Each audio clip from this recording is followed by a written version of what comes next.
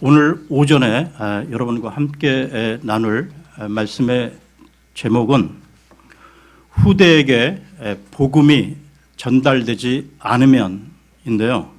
후대에게 복음이 전달되지 않으면. 지난 시간에 여호수아기에 나오는 주의 군대의 대장이라는 제목으로 예수 그리스도에 관한 복음의 말씀을 나누었는데요. 오늘은 사사기로 넘어가서요. 후대 교육의 중요성에 대해 말씀을 나누겠습니다. 여기서 말씀을 찾겠는데요.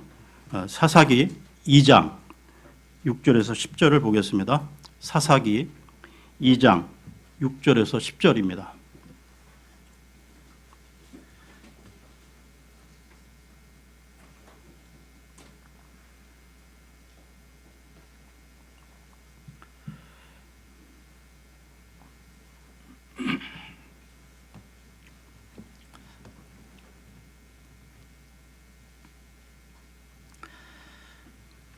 전에 여호수아가 백성을 가게 하였더니 이스라엘 자손이 각각 자기의 상속 재산으로 가서 땅을 소유하였고 백성이 여호수아가 사는 모든 날 동안과 여호수아보다 더 오래 산 장로들 그 주께서 이스라엘을 위하여 행하신 그분의 모든 큰 일을 본 자들이 사는 모든 날 동안 주를 섬겼더라. 주의 종 눈의 아들 여호수아가 110세의 죽음에 그들이 그를 딥낫 헤레스에 있는 그의 상속 재산의 경계 안에 묻되 가스산 북쪽 편에 에브라임 산에 묻으니라. 그 온 세대도 자기 조상들에게로 거두어지고 그들 뒤에 다른 세대가 일어났으나 이들은 주를 알지 못하였으며 또한 그분께서 이스라엘을 위하여 행하신 일들도 알지 못하였더라.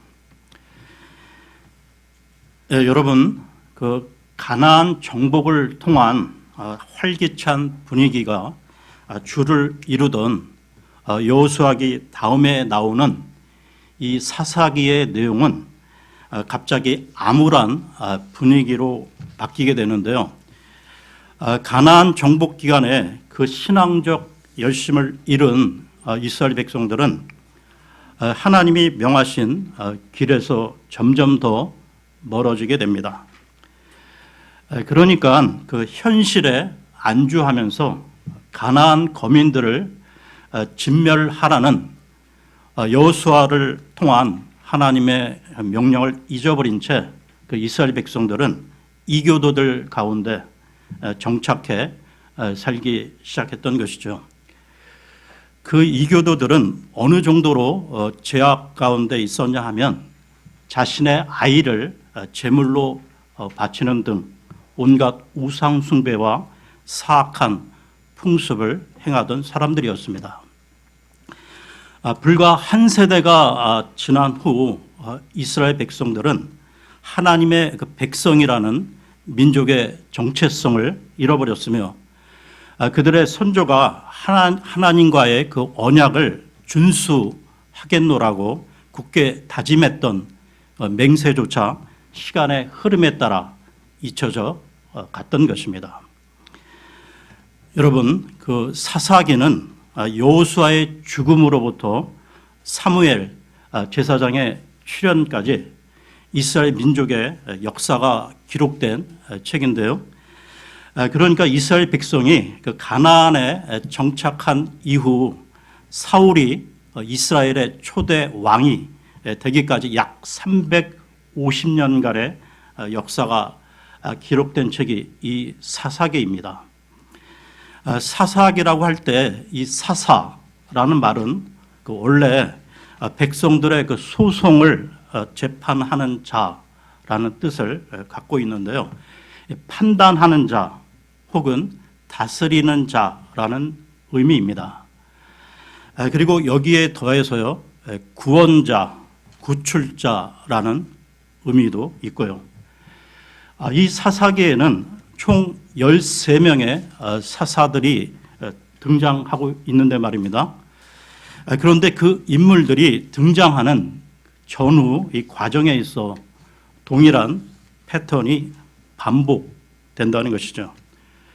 즉 이스라엘이 범죄하고 타락하여 남의 나라의 속박과 압제를 당하면 그때 백성들이 하나님께 간구하게 되고 하나님은 사사를 세워 그들을 구출하셨습니다. 그래서 사사기에서는 늘 범죄, 다음에 속박, 다음에 간구, 다음에 구출의 이 사이클이 7번이나 반복되고 있다는 것이죠. 이 사사시대는 가나안에 정착하여 이 땅을 분배받고 살기 시작했던 그 시대로서 그 우상 숭배와 이 도덕적 타락이 극심했던 시기였습니다. 한마디로 말하면 영적 암흑의 시기라 할 수 있는데요. 이 시대의 특징을 말씀 가운데 확인해 보겠습니다. 사사기 17장 6절을 보겠습니다. 사사기 17장 6절입니다.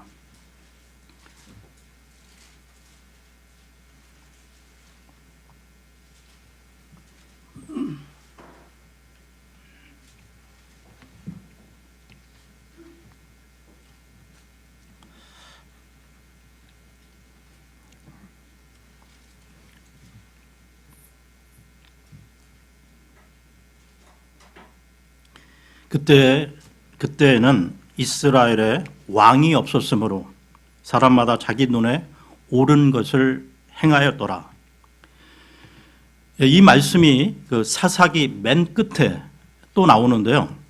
21장 25절을 보겠습니다. 21장 25절입니다.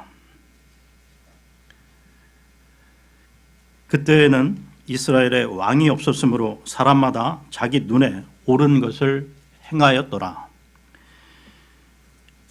자기 눈에 옳은 것을 행하였도다. 이 말은 이 시대가 규율이나 규범이 없는 무법 시대였다는 것이죠. 자기 생각이 곧 법이고 규율이었기에 불의와 이 타락과 부정부패가 극심했던 것입니다. 조금 전 이 사사기 시대를 가리켜 영적 암흑의 시대라고 말했는데요. 그렇다면 이 사사기 시대의 문제가 무엇이었는지 정리해 보겠습니다. 첫째는 하나님에 대한 무지였는데요. 사사기 2장으로 가서요.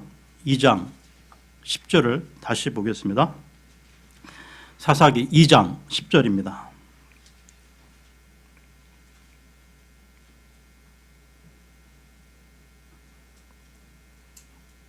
그 온 세대도 자기 조상들에게로 거두어지고 그들 뒤에 다른 세대가 일어났으나 이들은 주를 알지 못하였으며 또한 그분께서 이스라엘을 위하여 행하신 일들도 알지 못하였더라.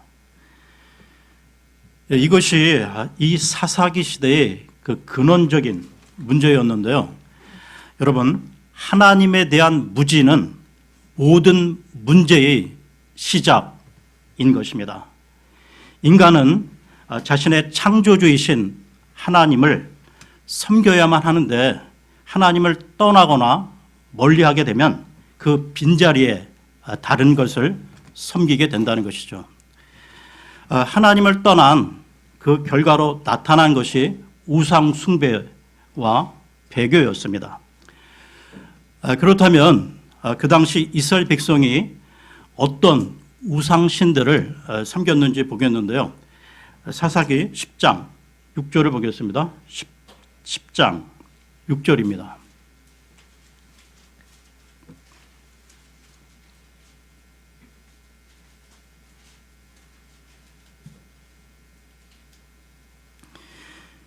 이스라엘 자손이 다시 주의 눈앞에서 악을 행하여 바알들과 아스다롯과 시리아의 신들과 시돈의 신들과 모압의 신들과 암몬 자손의 신들과 블레셋 사람의 신들을 섬기고 주를 버려 그분을 섬기지 아니하였으므로. 그 당시 그 가나안의 종교는 다신교였는데요. 이 종교들은 두 가지 특징을 지니고 있었습니다. 첫째는 잔인성이었는데요. 가나안의 종교는 극도로 잔인했습니다. 어느 정도였는지 말씀 가운데 확인해 보겠는데요. 신명기로 가겠습니다. 신명기 12장 31절을 보겠습니다. 신명기 12장 31절입니다.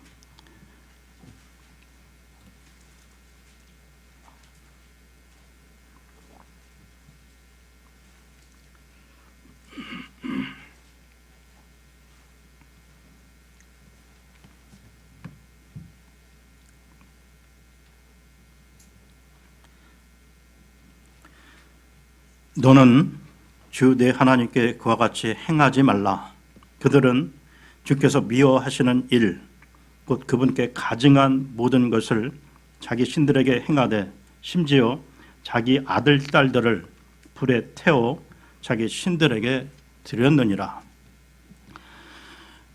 신들을 즐겁게 한다는 이유로 심지어 살아있는 사람을 제물로 바쳤다는 것이죠.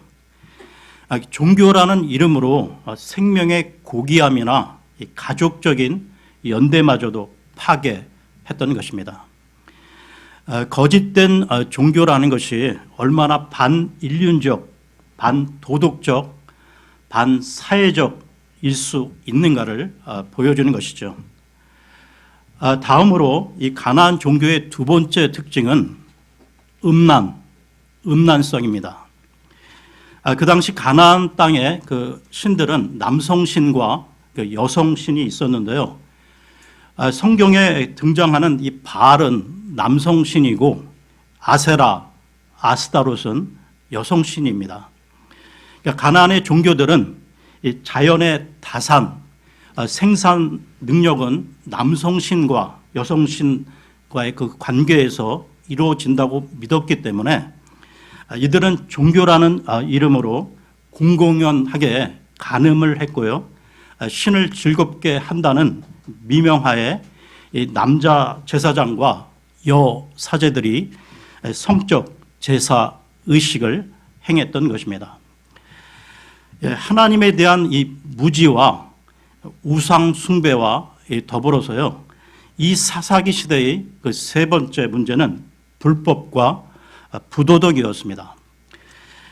사사기 시대의 이 백성들은 자기 소견대로, 자기 마음대로 행했다고 했는데요, 도덕적, 윤리적 규범이 없었습니다. 그러니까 자기 하고 싶은 대로, 제 멋대로 살았다는 것이죠.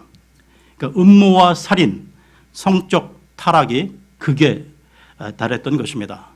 그러니까 오늘날 이 우리 시대만이 아니라 이때 벌써 동성애 행위가 자행되었는데요. 소돔과 이 고모라의 경우보다 나을 것이 없었습니다. 여러분, 동서고금을 막론하고 인간이란 제멋대로 살도록 내버려 두면 그 악한 본성과 죄성으로 말미암아 그 끝은 처참한 폐인으로 끝날 수밖에 없다는 것이죠. 그렇다면 그 사사기 시대, 그 이스라엘 타락의 근본 원인을 살펴보겠습니다. 사사기로 돌아와서요, 2장 7절을 보겠습니다. 사사기 2장 7절입니다.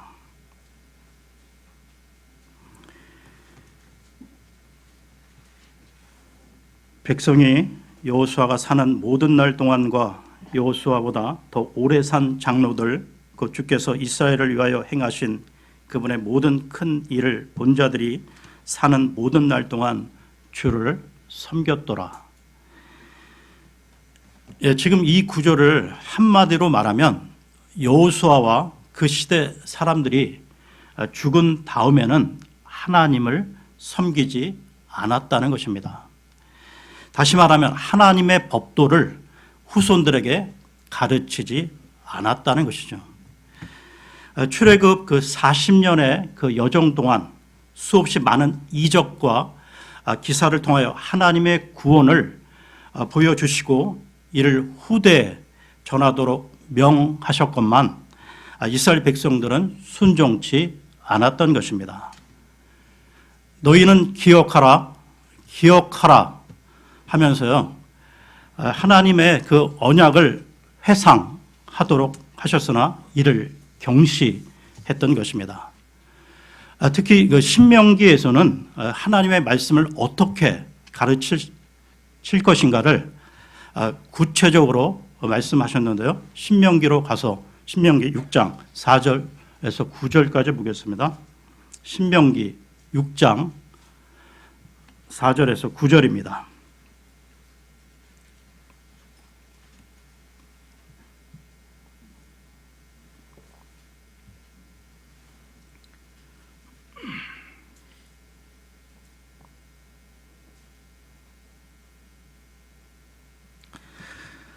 오 이스라엘아 들으라. 주 우리 하나님은 한 주시니 너는 네 마음을 다하고 혼을 다하고 힘을 다하여 주 네 하나님을 사랑하라.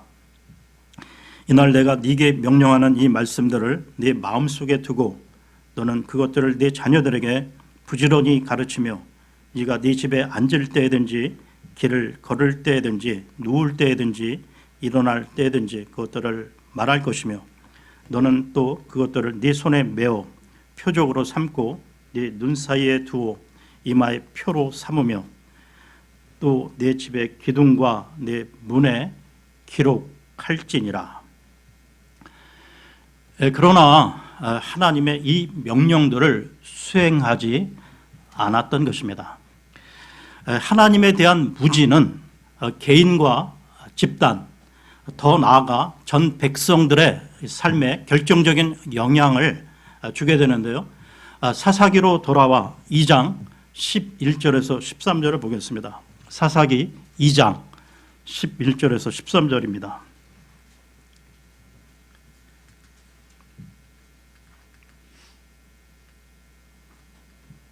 이스라엘 자손이 주의 눈앞에서 악을 행하여 바알들을 섬기며 이집트 땅에서 자기 조상들을 데리고 나오신 주 자기 조상들의 하나님을 버리고 다른 신들 곧 자기들 사방에 있던 백성의 신들을 따라가서 그들에게 절하여 주의 분노를 일으켰더라.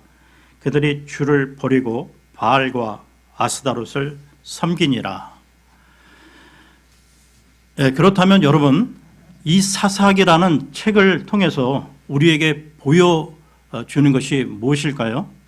무엇이 이 책의 목적일까요? 그것은 후대들에게 하나님의 말씀을 가르치지 않을 때 불과 한 세대가 못되어 영적 암흑이 왔다는 사실입니다. 하나님은 이스라엘 백성들에게 가나안 땅에 들어가 살 때 그 땅 거민과 교제하지도 말고 통혼하지도 말고 아예 그들을 진멸하라고 했다는 것이죠.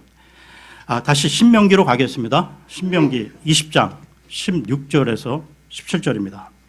신명기 20장 16, 17절입니다.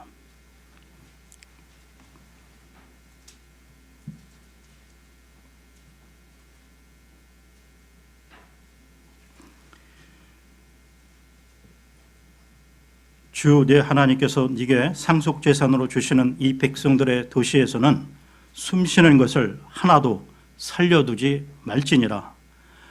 오직 너는 주 네 하나님께서 네게 명령하신 대로 그들 곧 헷 족속과 아모리 족속과 가나안 족속과 브리스 족속과 히 족속과 여부스 족속을 진멸할지니. 여러분, 그 하나님께서 이스라엘 백성들에게 이 가나안 거민들과 교류하지 말라고 한 말씀은 이해가 되는데요. 그런데 더 나아가 하나님은 왜 이 가나안 땅 거민들을 다 없애라고 명하셨을까요? 이것은 너무 무자비한 명령이 아닌가 하는 생각이 들지 않습니까? 그 이유가 금방 읽은 말씀 그 다음 절인 신명기 20장 18절에 나와 있습니다. 20장 18절을 보겠습니다. 이것은 그들이 자기들의 신들에게 행하던 모든 가증한 것을 따라 행하도록 너희를 가르치지 못하게 함으로써 너희가 주 너희 하나님께 죄를 짓지 아니하게 하려 함이니라. 예, 가나안 거민을 진멸하라고 하신 것은 이스라엘 백성을 거룩하게 보존하기 위함이었습니다. 가나안 그 신들 중에 특히 그 몰렉, 이 몰렉은 암몬 그 족속의 신으로 가장 잔혹했는데요. 이들은 아이들을 산채로 불태워 신들에게 제물로 바쳤던 것입니다. 가나안 그 우상들은 사악했기에 하나님은 이들의 영향을 받지 않도록 하기 위해 이들을 진멸하라고 하셨던 것입니다. 그럼에도 불구하고 이스라엘 백성들은 하나님의 말씀에 순종치 않았는데요. 사사기 그 1장에 보게 되면 이스라엘 백성들의 그 불완전한 그 미완의 정복에 대해 언급하고 있습니다. 사사기 1장 19절을 보겠습니다. 사사기 1장 19절입니다.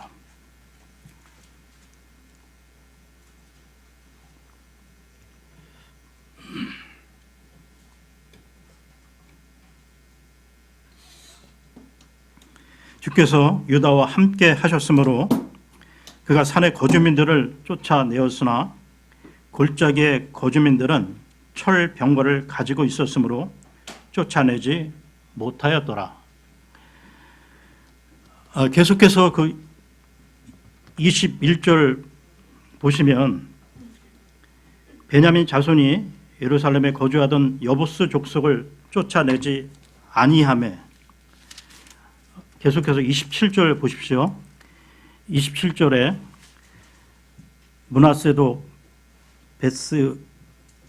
베스인과 그것의 고을들의 거주민들과 바낙과 그것의 고을들의 거주민들과 도로와 그것의 고을들의 거주민들과 이블루함과 그것의 고을들의 거주민들과 므깃도와 그것의 고을들의 거주민들을 쫓아내지 아니하매, 계속해서 28절, 29절, 30절, 31절, 32, 33절 계속 보시면 그 각 지파들한테 그 맡겨진 그 지경의 그 거주민들을 쫓아내지 못했다고 나오고 있습니다.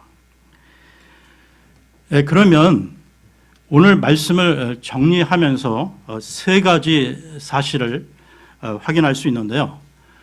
첫째, 하나님에 대한 무지는 영적 암흑을 가져온다는 사실입니다. 이것이 모든 문제의 근원인데요.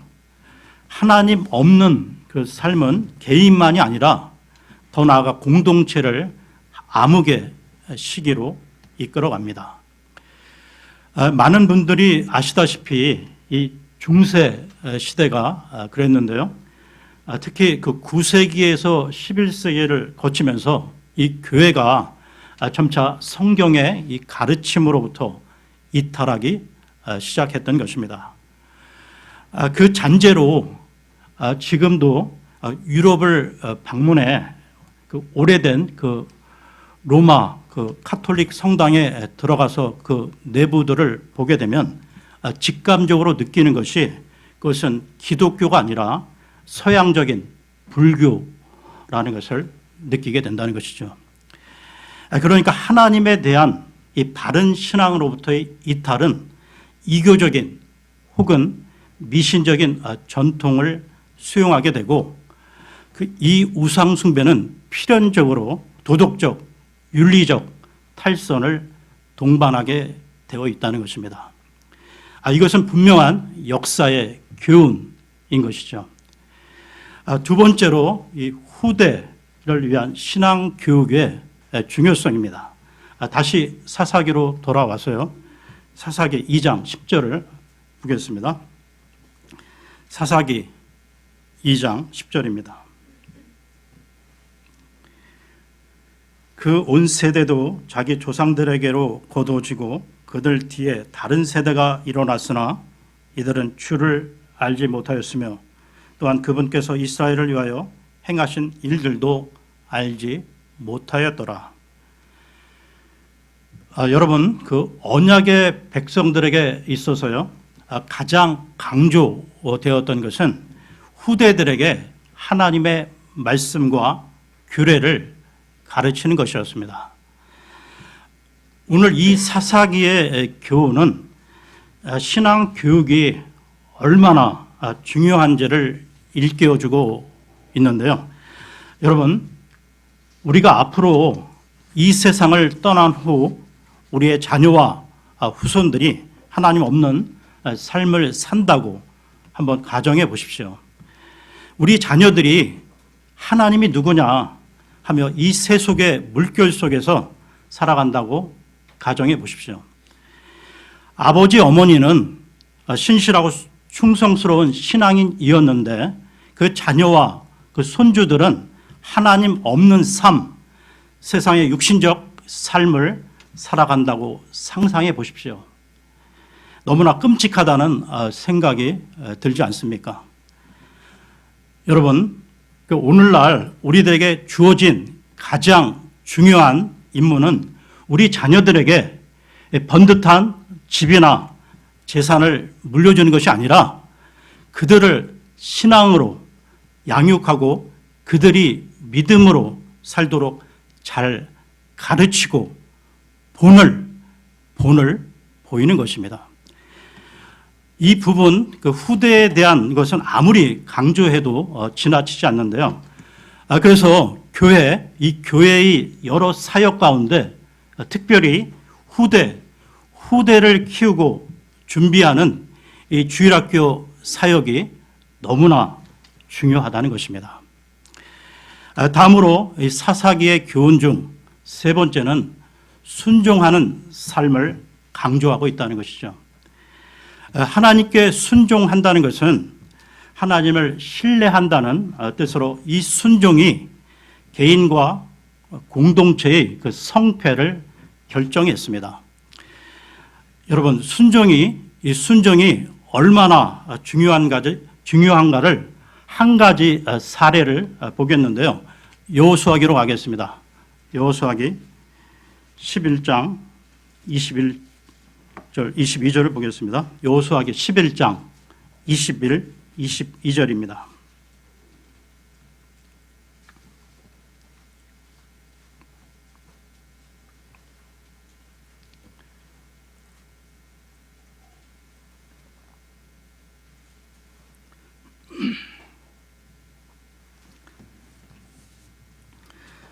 그때 여호수아가 가서 산지와 헤브론과 드빌과 아납과 유다의 온 산지와 이스라엘의 온 산지에서 아낙 족속을 멸절시켰는데 여호수아가 그들의 도시들과 함께 그들을 진멸하였으므로 이스라엘 자손의 땅에는 아낙 족속 중에서 남은 자가 하나도 없었고 가자와 가드와 아스돗에만 남았더라.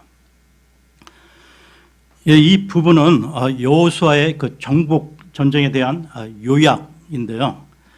이스라엘 백성들은 이 정복 전쟁을 통해 그들을 멸했으나 완전히 멸하지는 못했고 가자와 가드와 아스돗에만 약간 남겨두었던 것입니다.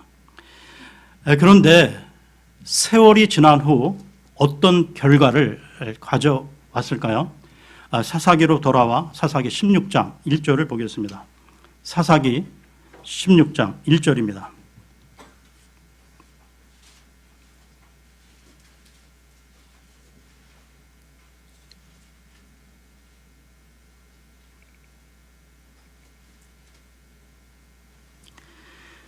그 뒤에 삼손이 가자에 가서 거기서 한 창녀를 보고 그녀에게로 들어가니, 그러니까 천하 장사이며 사사였던 이 삼손을 유혹하여 죽음으로 내몰았던 이 드릴라라는 여자가 전에 약간 남겨두었던 가자 출신이었다는 것입니다. 그리고요, 이번에는 사무엘기 상으로 가겠습니다. 사무엘기 상 17장 4절을 보겠습니다. 사무엘기 상 17장 4절입니다.